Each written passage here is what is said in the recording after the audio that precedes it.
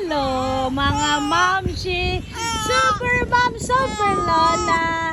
Ayan, nilagay namin siya sa crib. Ayan, ayaw niya. Mas gusto niya doon sa stroller kasi yung stroller niya, ayun, basa. Ano, diyan ka lang. Diyan ka lang. Ha? Inarangan namin ng unan kasi butas. Ayan, nabali kasi. Nabali.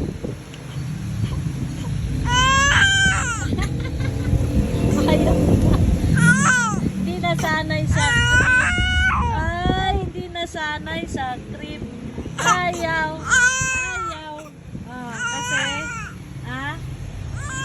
Kasi ang gusto niya, karga at saka sa stroller. Diyan muna ikaw. Ay, ay, ay, ay, ay. Shh, shh, shh. Ay, ay, ay, ay.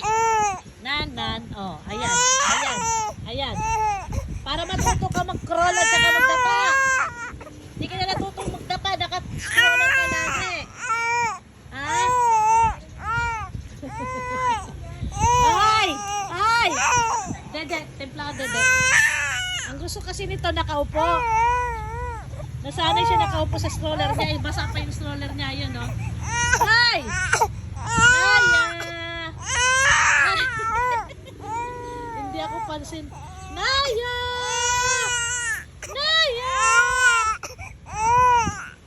Ha? 11 na yata.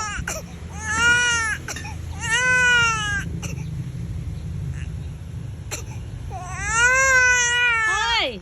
Hi! Ayaw talaga. Kapatidin mo na para matulog. Pag natulog to may dadapa, may lakad na to eh.